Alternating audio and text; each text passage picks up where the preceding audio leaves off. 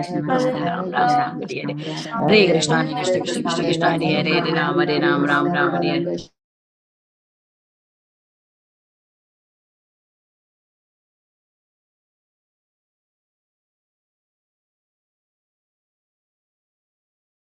पंचाकल्पतरुभ्यश्च कृपा सिन्धुभ्येव च पतितानां पावनेभ्यो वैष्णवेभ्यो नमो नमः।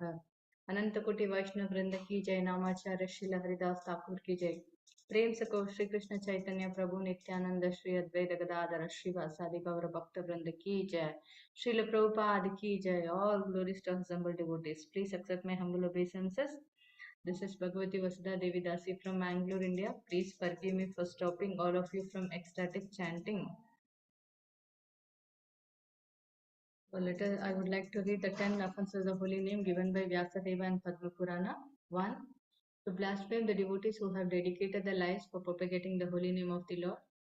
2. To consider the names of demigods like Lord Shiva or Lord Brahma to be equal to or independent of the name of the Lord Vishnu.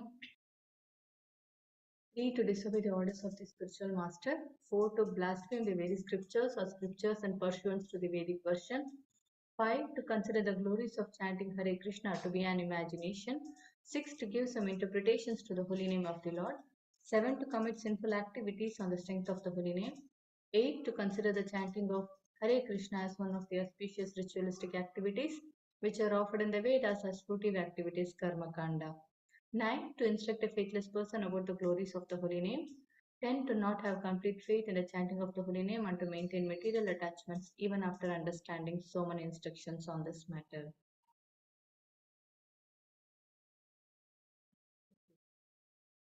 Every devotee, 10. To not have complete faith in the chanting of the holy name and to maintain material attachments even after understanding so many instructions on this matter. It is also an offense to be inattentive while chanting. Every devotee who claims to be a Vaishnava must guard against these offenses in order to quickly achieve the desired success, Krishna Prema.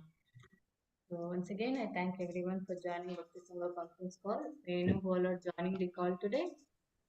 Hare Krishna Vasudha. हरे कृष्ण माता जी दंडवत प्रणाम शिला प्रभुपाद की जय गुरु महाराज की जय प्रीति दासी from Charlotte Hare Krishna Hare Krishna Preeti Mataji, Dandavat Pranam, Srila Prabhupada ki jai. Thank you Mataji for joining Bhakti Sangha conference call. Hare Krishna. Hare Krishna Hare Krishna Mataji, Dandavat Pranam, Srila Prabhupada ki jai, Guru Maharaj ki jai. This is Arvind Daksdas from Chicago. Hare Krishna. Hare Krishna Arvindax Prabhuji, Dandavat Pranam, Srila Prabhupada ki jai. Thank you Prabhuji for joining Bhakti Sangha conference call. Hare Krishna. Hare Krishna Bhagavati Vasudha Mataji. Please accept my humble obeisances. All glories to Srila Prabhupada and Shri Guru and Shri Gauranga, and all the glories to the assembled devotees. This is Manjri Leela Devi Dasi from Naperville. Hare Krishna. Hare Krishna Manjari Leela Mataji, Dandavat Pranam, Srila Prabhupada ki jai. Thank you Mataji for joining Bhakti Sangha conference call. Hare Krishna. Hare Krishna. Hare Krishna Mataji, this is Balavrinda. Hare Krishna Balavrinda, Dandavat Pranam, Srila Prabhupada ki jai. Thank you so much for joining Bhakti Sangha conference call. Hare Krishna. Hare Krishna Bhagavati Vasudha Mataji, Dandavat Pranam, all glories to Srila Prabhupada. This is Vinita Gandharvika Devidasi from College Station, Texas. Happy Ekadasi to you, Mataji. Hari Bol. Hare Krishna Vinita Gandharvika Mataji, Dandavat Pranam, Srila Prabhupada ki jai. Thank you Mataji for joining Bhakti Sangha conference call. Hare Krishna. Mataji, I sent the introduction in the group. Please check, Mataji. Mataji, I will read. Hare Krishna Mataji, please accept my humble obeisances. All glories to Srila Prabhupada and Shri Guru and Shri Gauranga and all the assembled devotees. This is Yashamati Priya Devidasi from Chicago. And happy Ekadashi to you, Mataji. Hare Krishna Yashamati Mataji, Dandavat Pranam, Srila Prabhupada ki jai. Thank you Mataji for joining Bhakti Sangha conference call. Thank you Mataji. Happy Ekadashi to all of you. Hare Krishna. Hare Krishna. Hare Krishna Bhagavati Vasudha Mataji, all glories to Srila Prabhupada and Guru Maharaj. My humble obeisances to you and all the devotees. This is Krishna Kumari Devidasi from Rana. Hare Krishna Krishna Kumari Mataji, Dandavat Pranam, Srila Prabhupada ki jai. Thank you Mataji for joining Bhakti Sangha conference call. Hare Krishna. Hare Krishna. Hare Krishna Bhagavati Vasudha Mataji. Please accept my humble obeisances. Srila Prabhupada ki jai, Guru Maharaj ki jai. This is Aditi Devi Dasi from Canada. Hare Krishna, Aditi Mataji, Dandavas Pranam, Srila Prabhupada ki Jai. Thank you, Mataji, for joining Bhakti Sangha conference call. Hare Krishna. Hare Krishna. Hare Krishna Mataji, Dandavat Pranam to you and all Vaishnava. Srila Prabhupada, Srila Gurudev ki Jai, Vrinda. Hare Krishna, Vrinda Gopika Mataji, Dandavas Pranam, Srila Prabhupada ki Jai. Thank you, Mataji, for joining Bhakti Sangha conference. Hare Krishna. Dandavat to Bal Vrinda Beta.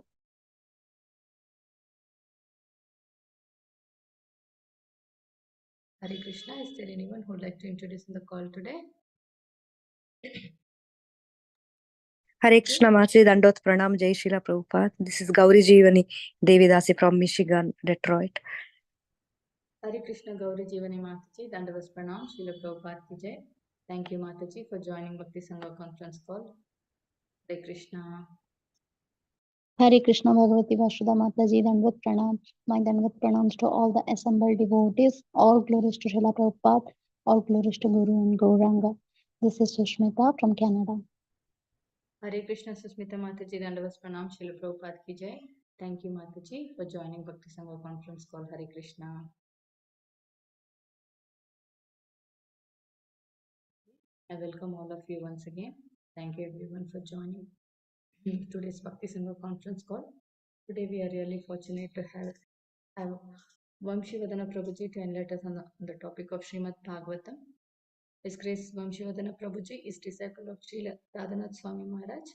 By costless mercy of devotees, practicing Krishna consciousness since 2015, currently serving ISKCON Baltimore along with wonderful Vaishnavi Vrinda Kumari Mataji and his dear daughter Akshita.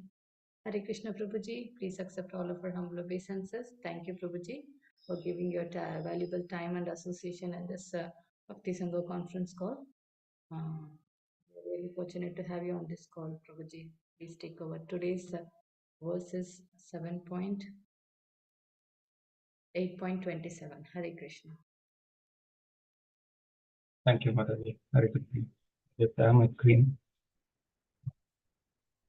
Yes, Prabhu.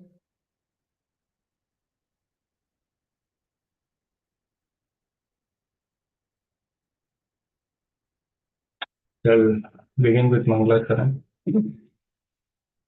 Om Namo Bhagavate Vasudevaya. Om Namo Bhagavate Vasudevaya. Om Namo Bhagavate Vasudevaya. Narayanam Namaskritya Naram Chaiva Narottamam Devim Saraswatim Vyasam Tato Jayamudiraye Nashtaprayeshu Bhadreshu Nityam Bhagavata Sevaya Bhagavati Uttama Shloke Bhaktir Bhavati Nishtaki Krishnaya Vasudevaya Devaki Nandanaya Cha Nanda Gopakumaraya Govindaya Namo Namaha Namah Pankajanabhaya Namah Pankajamadine Namah Pankajanetraya Namaste Pankajangraye Om Ajnanatimirantasya Jnananjana Shalakaya Chakshurunmilitam Yena Tasmai Shri Gurave Namaha Namo Vishnupadaya Krishna Prishtaya Bhutale Srimate Bhaktivedanta Swaminiti Namine Namaste Saraswate Deve Gauravani Pracharine Nirvishesha Shunyavadi Paschatyade Sakarine Jai Shri Krishna Chaitanya Prabhu Nityananda Shri Advaita Gadadhara Shrivasadi Gauravaktarunda Hare Krishna Krishna Krishna Hare Hare Hare Ram Ram Ram Hare Hare Hare Krishna Krishna Krishna Hare Hare Hare Ram Ram Ram Hare Hare Hare Krishna Krishna Krishna Hare Hare Hare Ram Ram Ram Hare Hare Hare Krishna. I'll just read the verse. Canto 7, Chapter 8, Text 27. Tammanyamano nijavirya shankitam yaddashtamukto Drharim Mahasura Punastam Asajat Kakacharmani Pragrishya Vegena Gatashamo Bride. Translation and purport by our founder Acharya Abhay Charanaravinda Bhaktivedanta Swami Srila Prabhupada. Translation. When Hiranyakashipu was freed from the hands of Narasimhadev, he falsely thought that the Lord was afraid of his prowess. Therefore, after taking a little rest from the fight, he took up his sword, and shield and again attacked the Lord with great force. Purport. When a sinful man enjoys material facilities, foolish people sometimes think, how is it that this sinful man is enjoying whereas a pious man is suffering? By the will of the Supreme, a sinful man is sometimes given the chance to enjoy the material world as if he were not under the clutches of material nature, just so that he may be fooled. A sinful man who acts against the laws of nature must be punished, but sometimes he is given a chance to play, exactly like Hiranyakashipu when he was released from the hands of Narasimhadev. Hiranyakashipu was destined to be ultimately killed by Narasimhadev, but just to see the fun, the Lord gave him a chance to slip from his hands. Hare Krishna.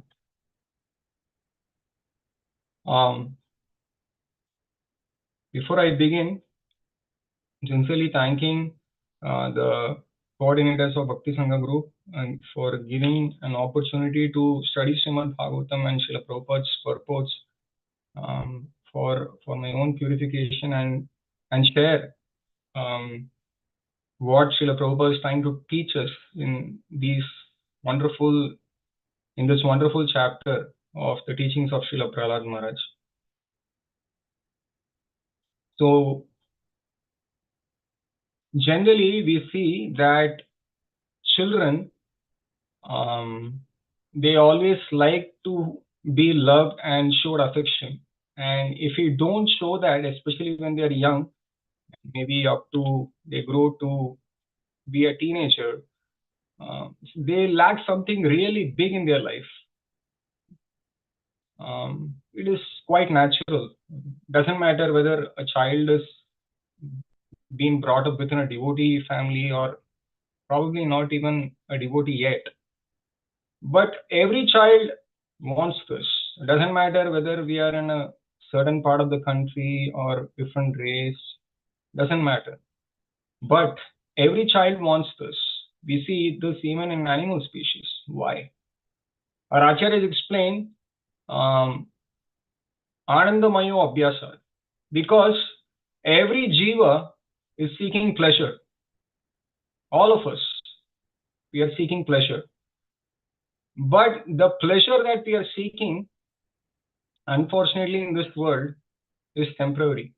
The other day, we were hearing some reflections of, I guess, Malati Mataji. She was sharing her experience with Srila Prabhupada, and she was mentioning one class that they were hearing live from Srila Prabhupada back in the days, maybe late 60s and early 70s.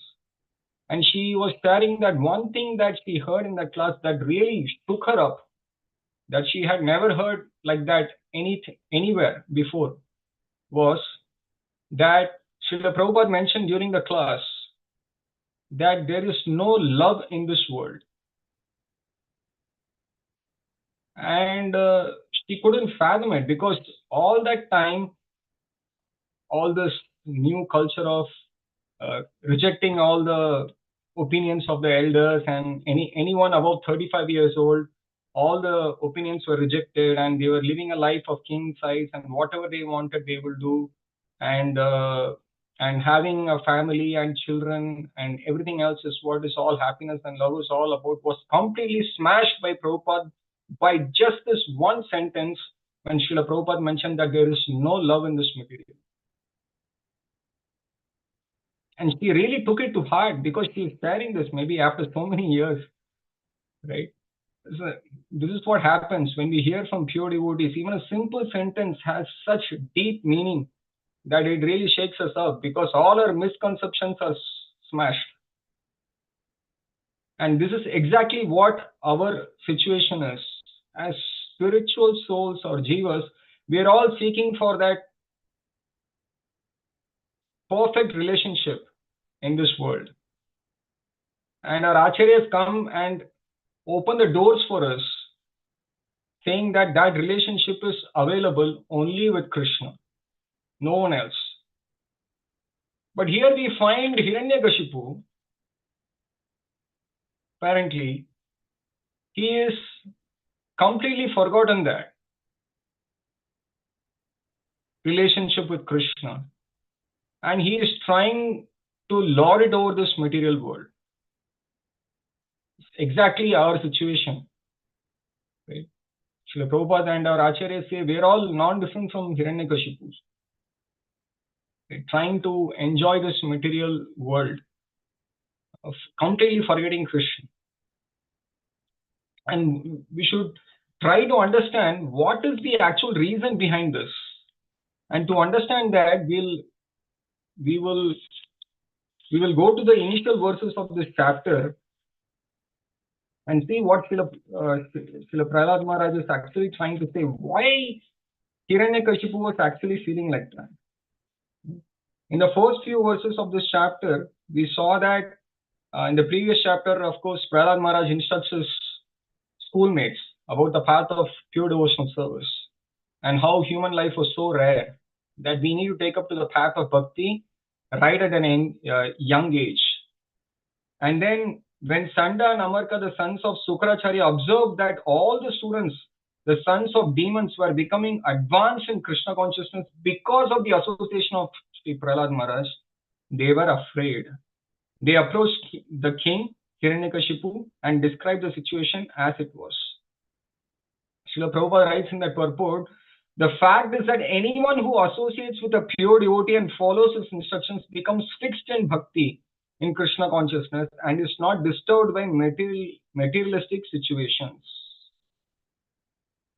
Even a slight association means, our spiritual master, he mentions, Sri Raghunath Swami Maharaj, he mentions that how do we hear from a pure devotee? All of us can hear. Many of us hear. But how should we hear from a pure devotee? We should hear in a submissive way and to please that person. And try to pray to apply that, whatever we are hearing in our life, to some extent at least. Then the hearing will be effective. Srila Gauragovind Maharaj mentions, many of us hear, but we actually don't hear. We should hear in such a way that this is, Srila Krishnadas Kaviraj Goswami mentions, my heart is like a desert. I don't have anything in my heart. Absolutely no trace of, not even devotion in my, what to speak of love, not even a pinch of devotion in my heart. In that mood, if we hear from advanced souls and pure devotees, then there will be immediate effect, Srila Prabhupada says. That is why our scripture says, Sadhu Sangha, Sarva Shastra Khoi. Lava Matra Sadhu Sangha, Sarva Siddhi Ho.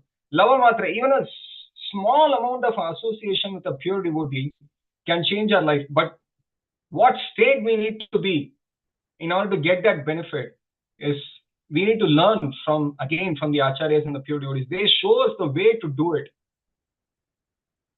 And Hiranyakashipu understood the entire situation. He was extremely angry, so much so that his body trembled. And thus he finally decided to kill his son Prahlad Maharaj. He began hissing like a snake trampled upon by someone's foot. And then he says to his son, "O most impudent, most unintelligent disruptor of the family, you have violated my power to rule you, and therefore you are an obstinate fool. Today I shall send you to the place of Yamaraj." And we will discuss quite a bit about all this. And then he says, my son Prahlad, you rascal, you know that when I am angry, all the planets of the three worlds tremble, along with their chief rulers, by whose power has a rascal like you become so impudent that you appear fearless and overstep my power to rule you? Prahlad Maharaj says, my dear king, he is addressing his father, the source of my strength, of which you are asking, is the source of yours, is also the source of yours. Indeed, the original source of all kinds of strength is one. He is not only your strength or mine, but the only strength for everyone. Without him, no one can get any strength, whether moving or not moving, superior or inferior. Everyone, including Lord Brahma, is controlled by the strength of the Supreme Personality of God. And then, after glorifying that Krishna is the controller of everyone, in text 9, Prahlad Maharaj is giving the answer for Hiranyakashipu's bewilderment. And apparently he is trying to kill Prahlad Maharaj. And after Sri Narasimhadev appears, still, even after seeing the greatness of Prahlad Maharaj, Hiranyakashipu couldn't understand. Even after seeing Narasimhadev right in front of him, he couldn't understand that he was the Supreme Lord. Why? Prahlad Maharaj mentions that in text 9. My dear father, please give up your demoniac mentality. Do not discriminate in your heart between enemies and friends. Make your mind equipoised towards everyone. Except for the uncontrolled and misguided mind, there is no enemy in this world. When one sees everyone on the platform of equality, one then comes to the position of worshipping the Lord perfectly. Srila Prahlad Maharaj is saying that the uncontrolled mind is our only enemy in this world. What is that which is stopping us or blocking us from beginning to understand the absolute truth? Is our uncontrolled mind. And Prahlad Maharaj is telling his father that you first give up this demoniac mentality. But Hiranyakashipu is still trying to kill his son. But we see how Prahlad Maharaj is actually seeing his father. He is not getting agitated. He is not speaking back. He is very nicely telling him. And because he is seeing the pure soul of Hiranyakashipu. Not beyond the fact that he is a demoniac father, etc. He is just asking him to give up the demoniac mentality. And we should try to understand this nicely, because most of the times, even as practicing sadhakas, at least I can speak to myself, that we tend to fall for situations on the path of bhakti. Because our mind is always influenced by three modes.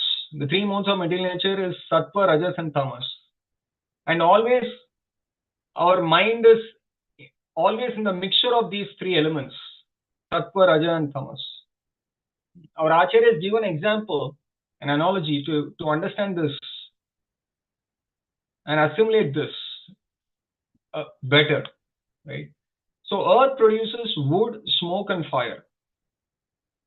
And in an inert state, wood doesn't have much consciousness, isn't it? Like we don't have, the wood doesn't have consciousness.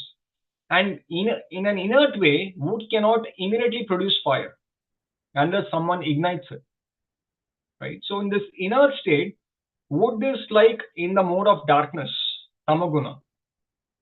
And wood, in this the present state, when a jiva is in the mode of like in the mode of wood, we are completely in forgetfulness of Krishna. But then when someone comes and ignites the wood, then smoke arrives. and there is some little clarity. We cannot see full illumination, but when fire comes, there is complete illumination, complete light. And this is the full development of consciousness that we need to come to, which is Sattva Guna. And smoke is Rajas, passion. It's all still covered up. I cannot clearly understand things as they are. That is why Srila Prabhupada writes in Nectar of Instruction that unless and until we come to the mode of goodness, we cannot practice bhakti. I can do many things thinking that I am practicing the limbs of bhakti, but unless and until I come to the platform of goodness, we cannot practice bhakti. So we need to come to this full light or fire so that we are in Sattva Guna. And in that light, we can truly understand the purpose of fire. What is the purpose of fire?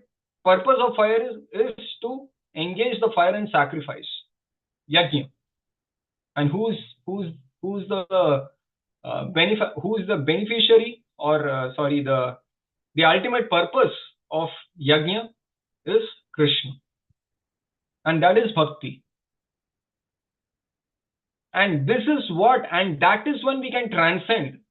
When we truly understand the purpose of yajna and when we act on that, that is when we transcend.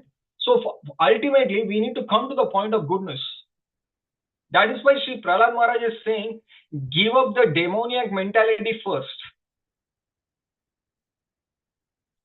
He is not saying, oh, you come and practice bhakti with me first. That is why Srila Prabhupada says that we need to come to the mode of goodness first.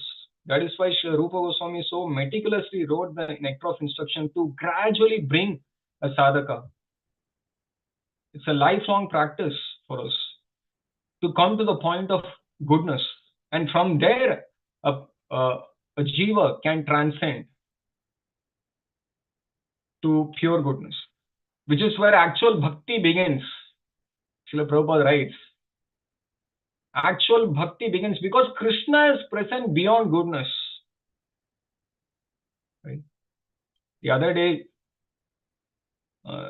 His Grace Adhikar Prabhuji also was mentioning in one of the classes, and he was explaining Lord Kapila's teachings, where Lord Kapila also explains the same thing in the 3rd canto of Srimad Bhagavatam. There are 3 modes of even practicing bhakti. Bhakti in the mode of darkness, passion, and goodness. Even practicing bhakti in the mode of goodness is a trap. Ultimately, one has to surpass that and come to the stage of pure goodness, practicing bhakti. This is what we are all aspiring for, isn't it? All of us are aspiring to practice bhakti in pure goodness. It is not something that we achieve by ourselves. Like always our spiritual teachers explain to us, right? Bhakti is a descending process. It's not something that I practice for a few years and, oh, okay, I practice for some time now, let me practice pure bhakti. It doesn't work like that, unfortunately. So the power of mind is unfathomable. And the analogy that our acharyas give is, say, for example, someone brings a very palatable plate of Mahaprasad right in front of us. And it's amazing feast. What to speak of describing about it on a Dwadashi day after one whole day of Nirjala Ekadashi. Mouth is watering even thinking about a Mahaprasadam plate, isn't it? But as when we are about to partake that Mahaprasadam, someone from nowhere comes and says, Prabhu, did you hear about this? You know about some devotee? You know what he told about you? Blah, blah, blah, blah. Some explanation comes. And our mind is completely detached from this Mahaprasadam and is on that topic or that person, someone told something about us. Our mind is completely disturbed. We don't even want to touch the Mahaprasadam. We forgot about Nirjala. We forgot about everything. This is the power of our mind. That is why Krishna says our mind can be our best friend or our best enemy. If our mind is peaceful, it doesn't matter whether somebody says something or not. We can be happy. And to explain this even better, Sri Chaitanya Mahaprabhu came to this world to teach us through his example as well as through his pastimes how to deal with such situations. And I wanted to read out a pastime from Sri Chaitanya Charitamrita. How Sri Chaitanya Mahaprabhu, because how he dealt with such a situation and how we can learn when we come across such situations in our life as practicing devotees. Because here, Hiranyakashipu was teased by Sri Narasimhadev. Purport Srila Prabhupada explains that he was teased because Krishna likes to fight. And that is why Hiranyakashipu came into this world. From the spiritual world, he was Jai. Sri Narad Muni explains. To give pleasure to Krishna. But he is teaching through this example that sometimes if we go outside the realm of bhakti and we try to enjoy this material world, Krishna or through his material nature, we will be teased. And ultimately we will be destroyed in this material world. There is no way out other than surrendering to Krishna. But when Sri Chaitanya Mahaprabhu came, he never killed anyone. He never did. And in this pastime, we will see what actually happened. And this is an instant when Sarvabhauma Bhattacharya actually invites Sri Chaitanya Mahaprabhu. I think all of us might be aware of this, but for our own purification, we can hear again from our acharyas. Sarvabhauma Bhattacharya said, from text 186, this is chapter 15. One day, Sarvabhauma Bhattacharya came before Sri Chaitanya Mahaprabhu with folded hands and submitted a request. Since all the Vaishnavas had returned to Bengal, there was a good chance that the Lord would accept an invitation. Sarvabhauma Bhattacharya said, please accept my invitation for lunch for 1 month. Sarvabhauma then said, please accept invitation for 20 days. Because he knows Mahaprabhu will not accept invitation for 1 month. Prabhupada explains in one of the purports that it is not the business of a sannyasi to sit in one place and accept prasadam for an extended period of time. So Mahaprabhu was following the etiquette according to his position very strictly. When Sarvabhauma Bhattacharya requested Sri Chaitanya Mahaprabhu to accept lunch for 15 days at least, the Lord said, I shall accept lunch at your place for 1 day only. Sarvabhauma Bhattacharya then caught hold of the Lord's feet and submissively begged, please accept lunch for at least 10 days. In this way, by and by, Sri Chaitanya Mahaprabhu reduced the duration to 5 days. Thus, for 5 days, he regularly accepted the Bhattacharya's invitation to lunch. After this, Sarvabhauma Bhattacharya said, my Lord, there are 10 sannyasis with you. And all the exalted sannyasis, Prabhupada explains all the names in the purport. Sarvabhauma Bhattacharya then submitted that Paramananda Puri Goswami would accept a 5-day invitation at his place. This had already been settled before the Lord. Sarvabhauma Bhattacharya said, Damodar Swarup is my intimate friend. He will come sometimes with you and sometimes alone. The other 8 sannyasis will accept invitations for 2 days each. In this way, there will be engagements for each and every day during the entire month. Because all the sannyasis couldn't come at one time, Sarvabhauma Bhattacharya says, I will definitely commit an offense. If so many sannyasis come at the same time, I won't be able to treat them nicely. Because when sannyasis come to a grihastha's home, we need to treat them as good as spiritual master, our own spiritual master. So if so many sannyasis come at the same time, it is very difficult for anyone to actually treat them lovingly and very affectionately. So at different times, Sarvabhauma Acharya is inviting all the different sannyasis, including Sri Chaitanya Mahaprabhu. If all the sannyasis came together, it would not be possible for me to pay them proper respects. Therefore, I would be an offender. Sometimes you will come alone to my place, and sometimes you will be accompanied by Swarup Damodar. Having this arrangement confirmed by Sri Chaitanya Mahaprabhu, the Bhattacharya became very glad and immediately invited the Lord to his house on that very day. Sarvabhauma Bhattacharya's wife was known as Shatira Mata, the mother of Shati. She was a great devotee of Sri Chaitanya Mahaprabhu and she was affectionate like a mother. After returning to his home, Sarvabhauma Bhattacharya gave orders to his wife, and his wife Shatira Mata began cooking with great pleasure. At Sarvabhauma Bhattacharya's house, there was always a full stock of food. Whatever spinach, vegetables, fruit, and so on were required, he collected and brought back home. Sarvabhauma Bhattacharya personally began to help Shatira Mata cook. Example for us, right? We should also assist whoever is cooking at home. She was very experienced and she knew how to cook nicely. On the southern side of the kitchen were 2 rooms for offering food, and in one of them the food was offered to Shaligram Narayana. He had Shaligram deities at home whom he was worshipping. The other room was for Sri Chaitanya Mahaprabhu's lunch. The Lord's lunch room was very secluded and it was newly constructed by the Bhattacharya. The room was so constructed that there was only one door opening on the outside, which served as an entrance for Sri Chaitanya Mahaprabhu. There was another door attached to the kitchen, and it was through this door that the food was brought.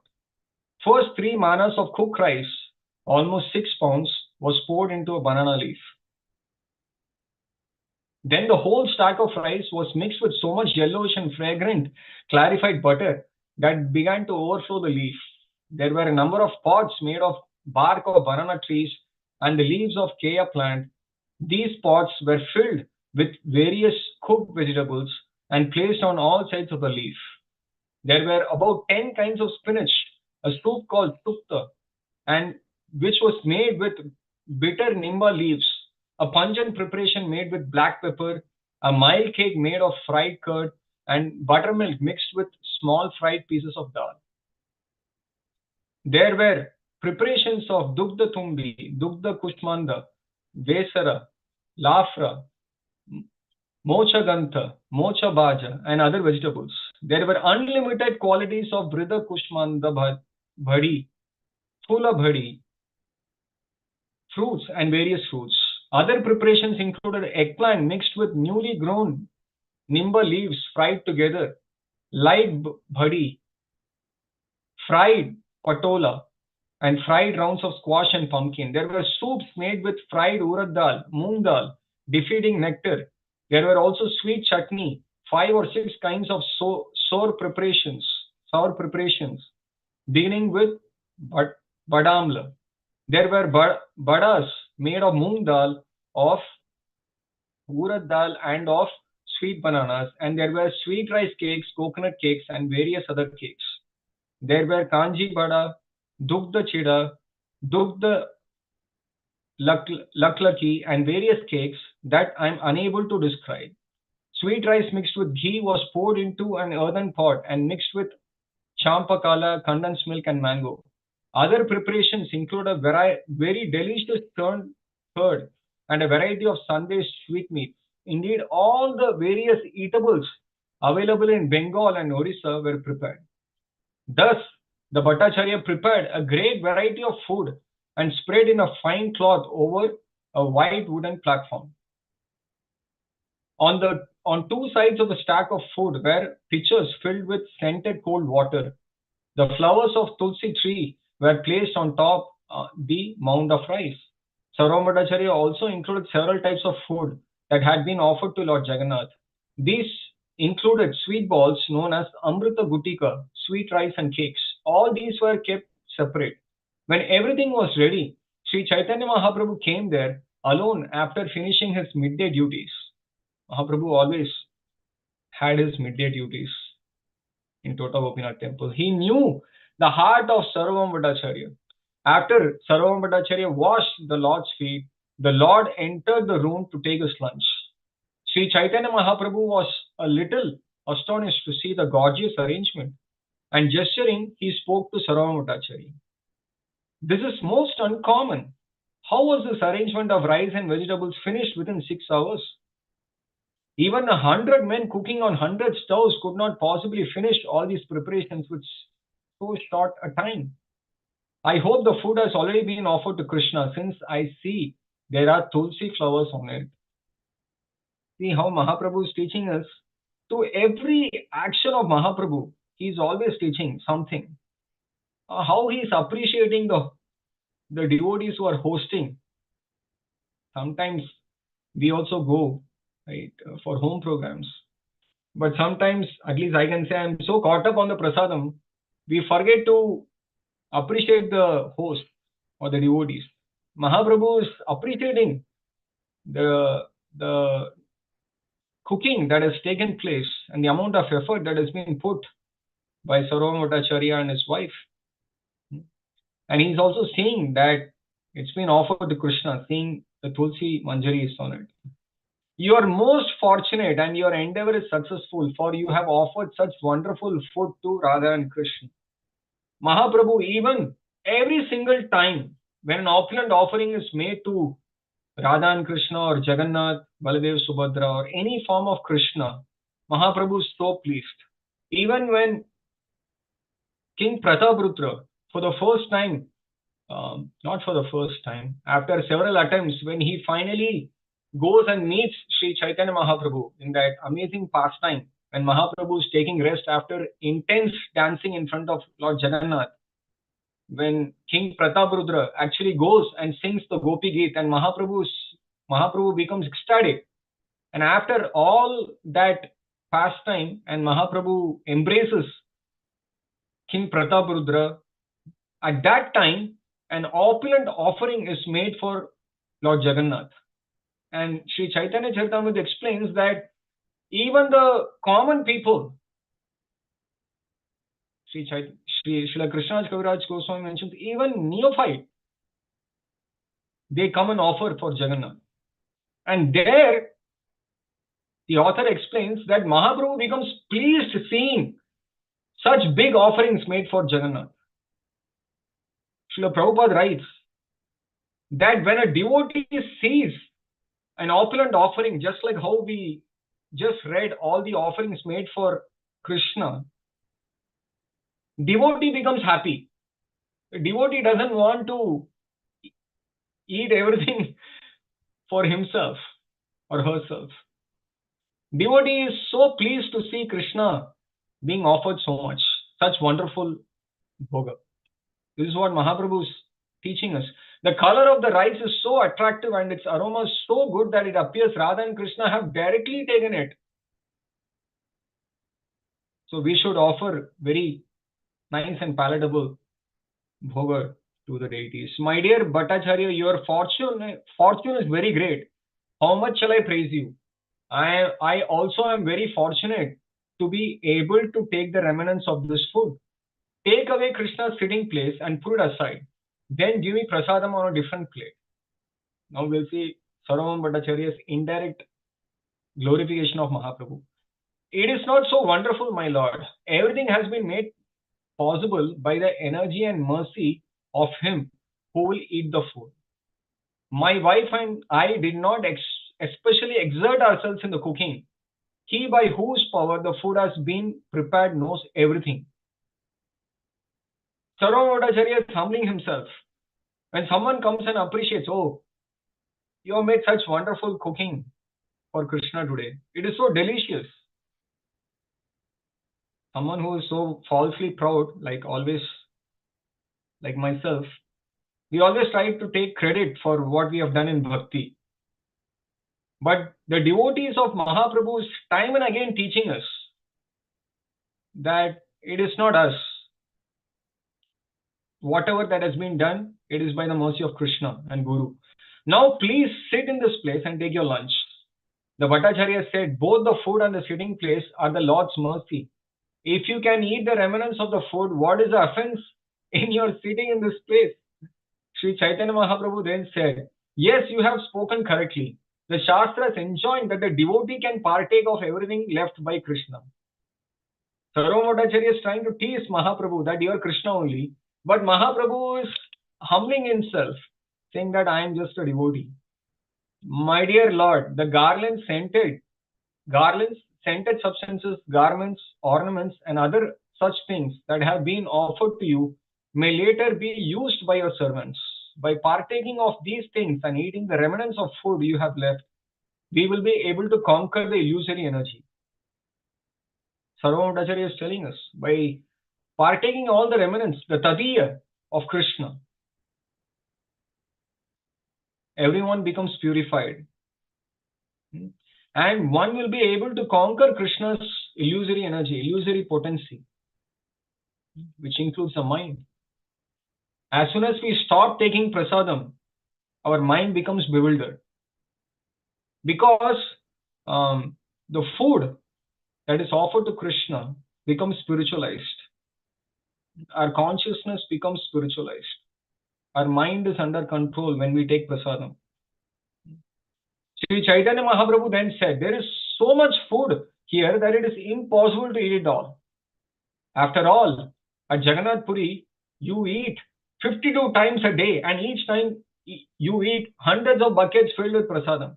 At Dwaraka, this is Sarvabhauma Bhattacharya telling, at Dwaraka you keep 16,000 queens and 16,000 palaces.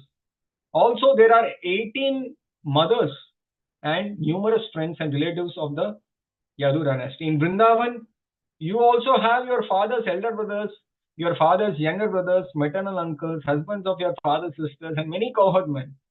There are also cowherd boyfriends, and you eat twice a day, morning and evening, in the house of each and every one. Indeed, Sarvabhauma Bhattacharya continued, at Govardhan Puja ceremony, you eat stacks of rice. In comparison to that, this is small quantity, and it is not even a morsel for you. You are the supreme personality of Godhead, whereas I am most insignificant living being. Therefore, please accept a little quantity of food from my house.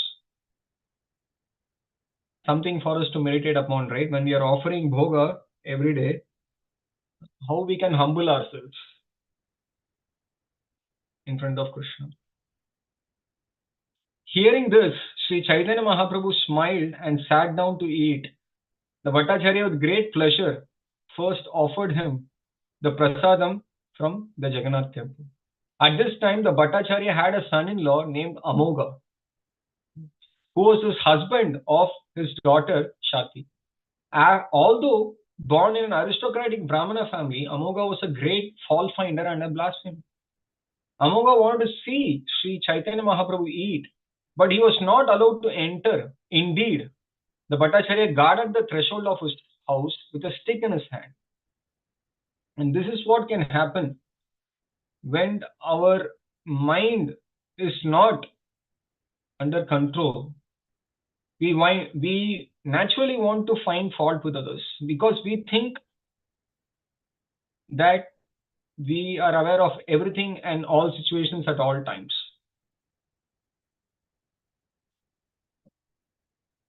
Our spiritual master, Sri Rana Swami Maharaj, he quotes our acharyas that when a bee goes to a filthy place, it only wants to seek the essence of nectar in a flower. But when a fly goes to a filthy place, it always goes to feed on the garbage. So he quotes Srila Bhaktisiddhanta Saraswati Thakur that before finding fault on someone, let us try to find the innumerable faults within us. So much faults is there within me. I'm not able to follow the principles, not able to chant the holy names properly, offenselessly. What am I going to see in others with so much faults within myself in the beginning? But Amoga was a person where he was always trying to pinpoint that fault within that person. However, as soon as the Bhattacharya began distributing prasadam and was a little inattentive, Amoga came in because Sarvabhauma Bhattacharya was guarding the house because he knew about his son-in-law. But because he was also serving, at that juncture, Amoga enters. Seeing the quantity of food, he began to blaspheme. This much food is sufficient to satisfy 10 or 12 men. But this sannyasi alone is eating so much. As soon as Amoga said this, Sarvabhauma Bhattacharya turned his eyes upon him. Seeing the Bhattacharya's attitude, Amoga immediately left. Then Bhattacharya ran after him to strike him with a stick. But Amoga fled so fast that the Bhattacharya could not catch him. The Bhattacharya then began to curse his son-in-law and call him ill names. When the Bhattacharya returned, he saw that Sri Chaitanya Mahaprabhu was laughing to hear him criticize Amoga. Mahaprabhu didn't take the criticism on him. He's teaching us again and again. When somebody criticizes us, Mahaprabhu is teaching by example that we should take this as a reaction of our past karma. Once Srila Prabhupada, this is known as Gopal Krishna Maharaj explains in one of the memories that Srila Prabhupada was giving an overview of Krishna consciousness to various, people of different religious backgrounds in some university in Canada. This Maharaj explains one of the memories, and everyone was fine with whatever Srila Prabhupada explained. But Maharaj explained, but there was a person of an Indian background. He was challenging Prabhupada like anything, and he was saying, "You have come here to change people's mentality. You have come here to convert people, whatnot." Everyone else of different religious backgrounds, they were all fine. They were all quiet. Nobody argued with Prabhupada, except for this man who was from his own country was arguing with Prabhupada. And Prabhupada was silent even when he was criticized. Not even a single word.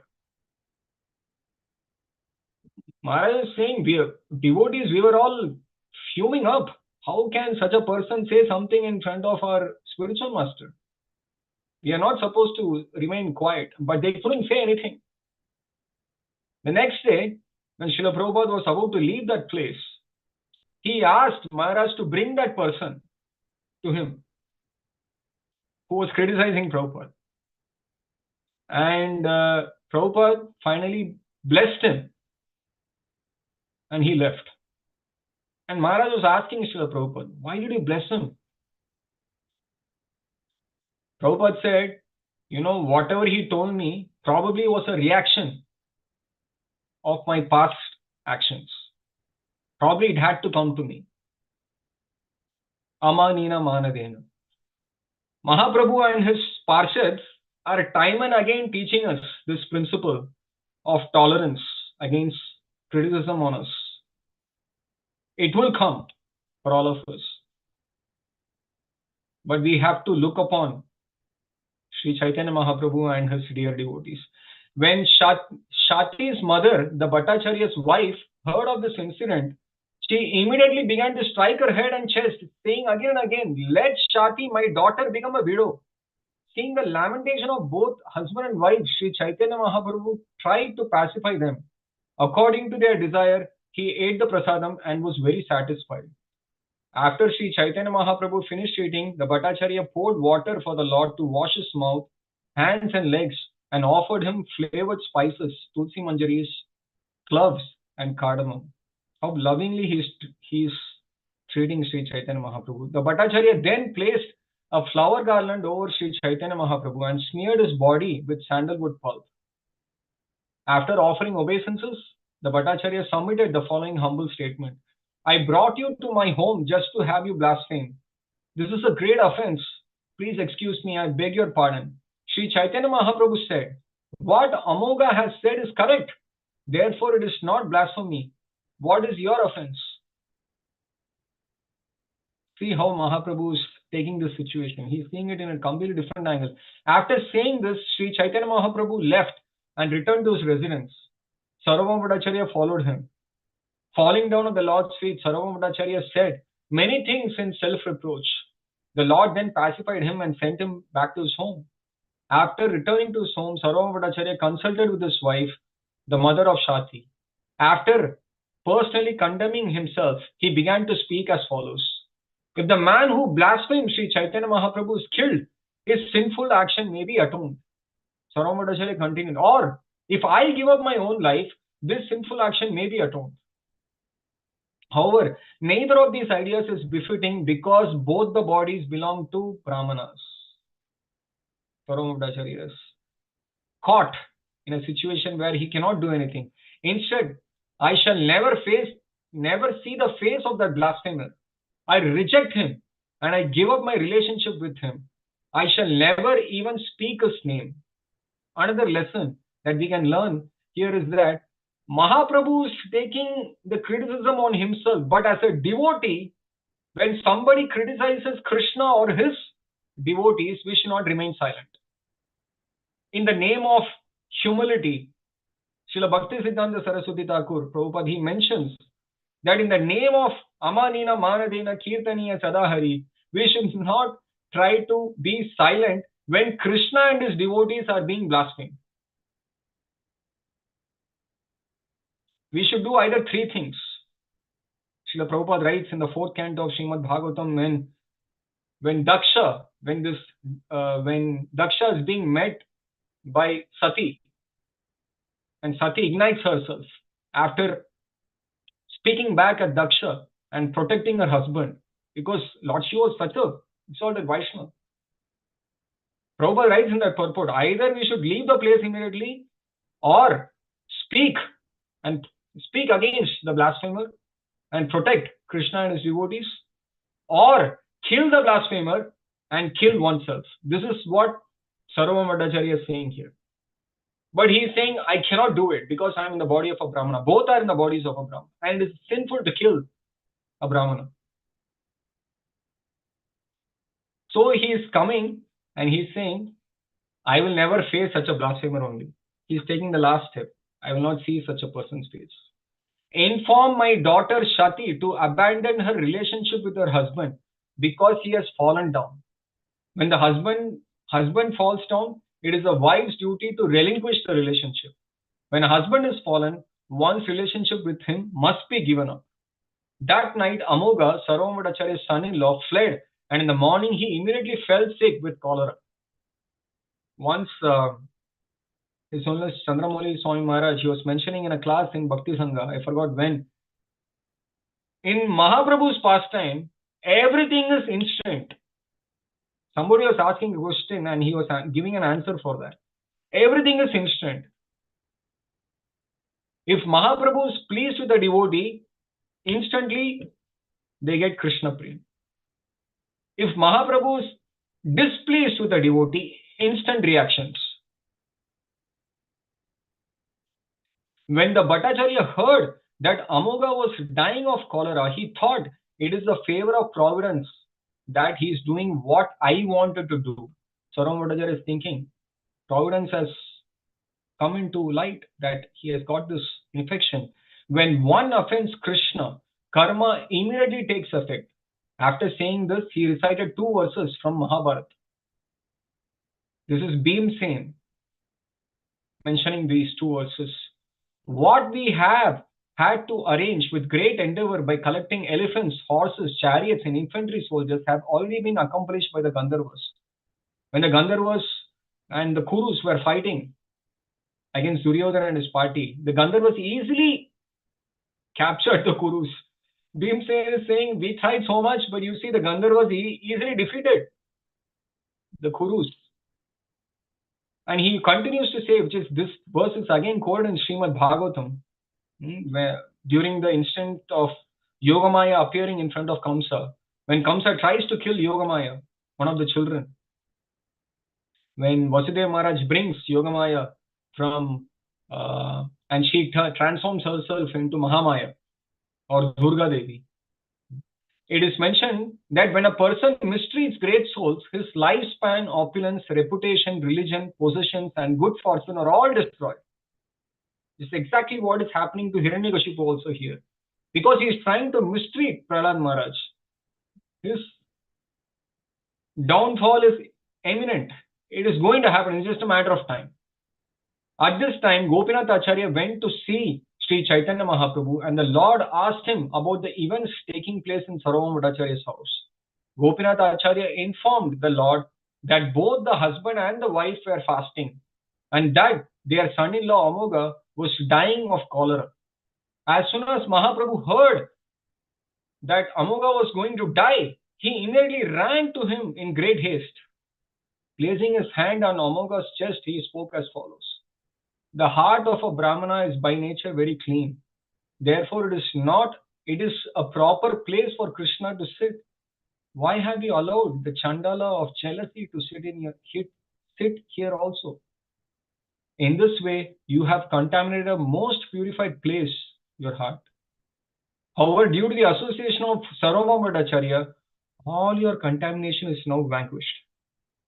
When a person's heart is cleansed of all contamination, he is able to chant the Maha Mantra, Hare Krishna. Esham tvam antagatam papam jananam punya karmanam te dvandva moha nirmukto bhajate mam dhridavrita. Srila Prabhupada explains, when all our sinful activities are finished, then we can practice Dhridavrita Bhakti with fixed faith, unshakable faith that Krishna is my only protector. And how we can get that faith? Mahaprabhu is not claiming that, oh, I have come and touched you, so you have got that faith. No. It is by the association of a great soul like Sarvabhauma Bhattacharya. Therefore, Amoga, get up and chant the Hare Krishna mantra. If you do so, Krishna will unfailingly bestow mercy upon you. After hearing Sri Chaitanya Mahaprabhu and being touched by him, Amoga, who was on his deathbed, immediately stood up and began to chant the holy name of Krishna. Thus he became mad with ecstatic love and began to dance emotionally. When Amoga danced in ecstatic love, he manifested all the ecstatic pastimes, trembling, tears, jubilation, trance, perspiration, and a faltering voice. Seeing these waves of ecstatic emotion, Sri Chaitanya Mahaprabhu began to laugh. Amoga then fell before the Lord's lotus feet and submissively said, "O merciful Lord, please excuse my offense." Not only did Amoga beg the Lord's pardon, but he also began slapping his own cheeks, saying, "By this mouth I have blasphemed you." Indeed, Amoga continued slapping his face over and over until his cheeks were swollen. Finally, Gopinath Acharya stopped him by catching hold of his hands.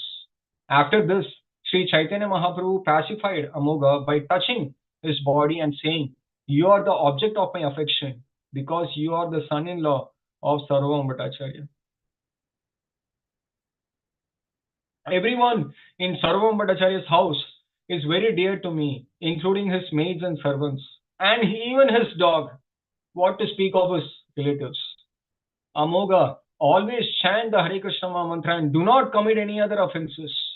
After giving Amoga this instruction, Sri Chaitanya Mahaprabhu went to Sarvabhauma Bhattacharya's house. Upon seeing the Lord, Sarvabhauma Bhattacharya immediately caught hold of his lotus feet. The Lord embraced him and then sat down. Sri Chaitanya Mahaprabhu pacified Sarvabhauma Bhattacharya, saying, "After all, Amoga is your son-in-law, is a child. So what is his fault? Why are you fasting? Why are you angry? Just get up and take your bath and go see the face of Lord Jagannath. Then return here to eat your lunch. In this way, I shall be happy. I shall stay here until you return to Lord Jagannath's, to take Lord Jagannath's remnants for your lunch." Catching hold of Sri Chaitanya Mahaprabhu's lotus feet, the Bhattacharya said, "Why did you bring Amoga back to life? It would have been better had he died." Sri Chaitanya Mahaprabhu said, "Amoga is a child and your son. The father does not take faults of his son seriously, especially when he is maintaining him. Now that he has become a Vaishnava, he is offenseless. You can bestow your mercy upon him without hesitation." Sarvabhauma Bhattacharya said, "Please go, my lord, to see Lord Jagannath. After taking my bath, I shall go there and then return." Sri Chaitanya Mahaprabhu then told Gopinath Acharya, "Stay here and inform me when Sarvabhauma Bhattacharya has taken his prasadam." After saying this, Sri Chaitanya Mahaprabhu went to see Lord Jagannath. Sarvabhauma Bhattacharya completed his bath, went to see Lord Jagannath, and then returned to accept his food. Hare Krishna. So from this amazing pastime, we see how our mind can play so much tricks on us. Krishna explains in Bhagavad Gita in the 7th chapter that all the inferior energies are his property. What power which includes the mind? Bhumir apor analo vayu kammanor buddhi revacha ahankara iti amme binna prakriti rasthana. Because of this uncontrolled mind, we fall for so many things. False ego, pride, greed, envy, lust. But Srila Prabhupada explains in that 9th verse of this chapter that the only way to control the mind, only solution is to take shelter of Krishna's lotus feet. There is no other way. No other way. And Amoga here in this pastime, we saw that he, even though he blasphemed Sri Chaitanya Mahaprabhu, Narasimhadev came to kill Hiranyakashipu's tendencies. He killed him. Literally, he killed him. But Mahaprabhu came and killed the bad tendencies within the heart of Amoga. Why?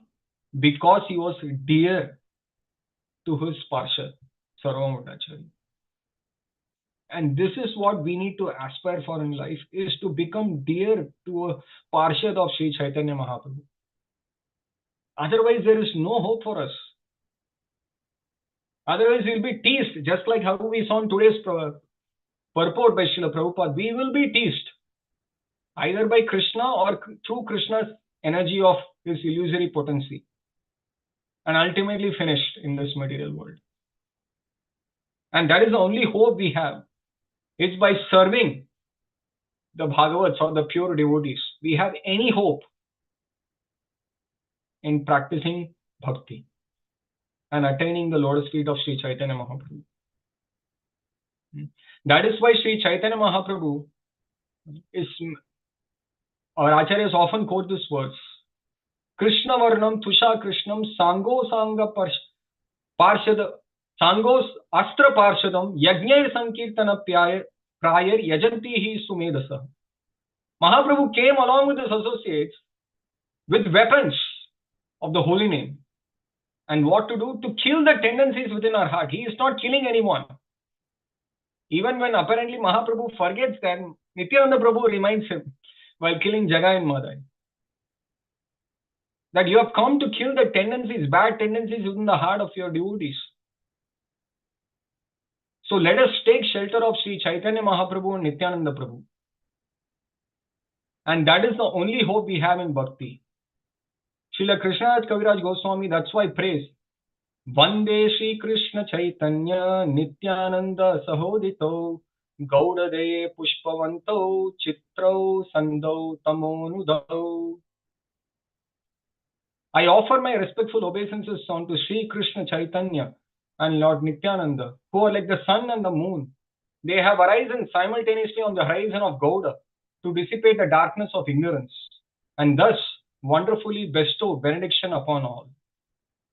It is only Sri Chaitanya Mahaprabhu, Lord Nityananda Prabhu and their associates. They have the power to destroy the ignorance within our hearts. And by their mercy, we can have hope to practice pure bhakti. Hare Krishna. I'll stop here. I'm sorry I went a little bit over time. Jagat Guru Srila Prabhupada ki jai. Grantaraj Srimad Bhagavatam ki jai. ISKCON Guru Varga ki jai. Ananta Koti Vaishnav Vrinda ki jai. Hare Krishna. Hare Krishna Prabhuji. Thank you very much for this very wonderful, insightful class, Prabhuji. So many points about how Mahaprabhu is giving so many instruction by his example and the glories of Mahaprasadam and how a devotee should behave.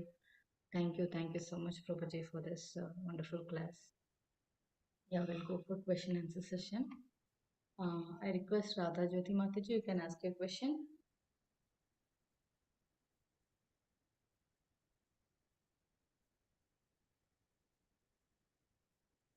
Hare Krishna, Dandavat Pranam Mataji. Thank you for allowing me to ask the question. Thank you, Prabhuji, for enlightening class. Very insightful session. Prabhuji, I have few questions. Could you please teach on how to define the criticism in devotion and the intuitions that we have? Is it good to inform about the intuition, or we should, even though I try praying to Krishna that I don't want that intuition to work or that blessing to work, I'm still trying. It is reducing, but there is something that I feel, or something that before it happens I could sense it. So I just wanted to know how you define intuition, because what is it, how to cross check with the shastras, and the definition of criticism. Prabhuji, if you could please teach on this. Hare Krishna.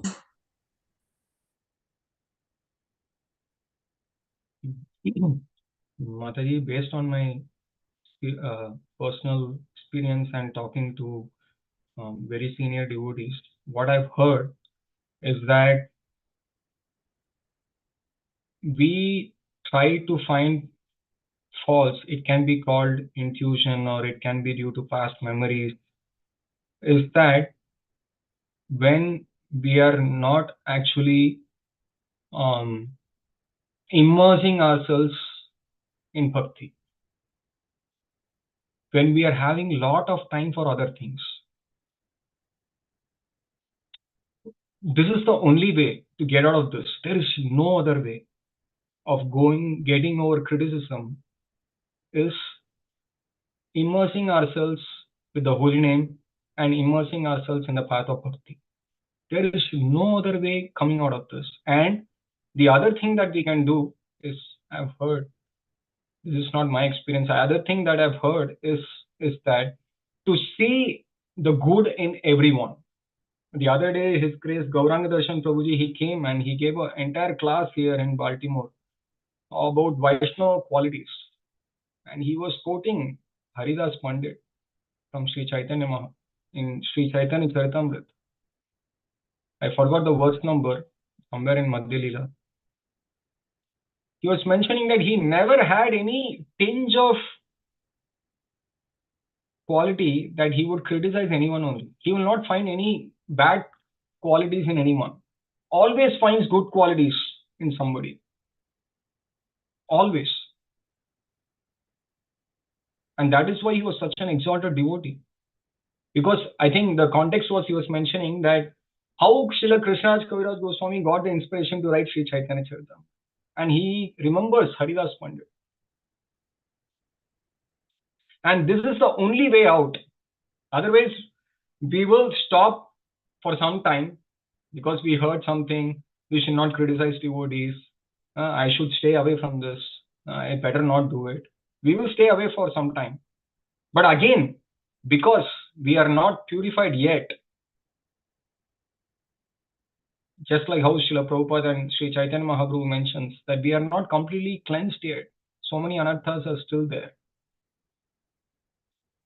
It is sure shot.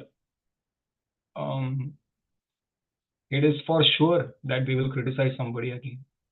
That is a fact. There is no other way out other than seeing good in everyone.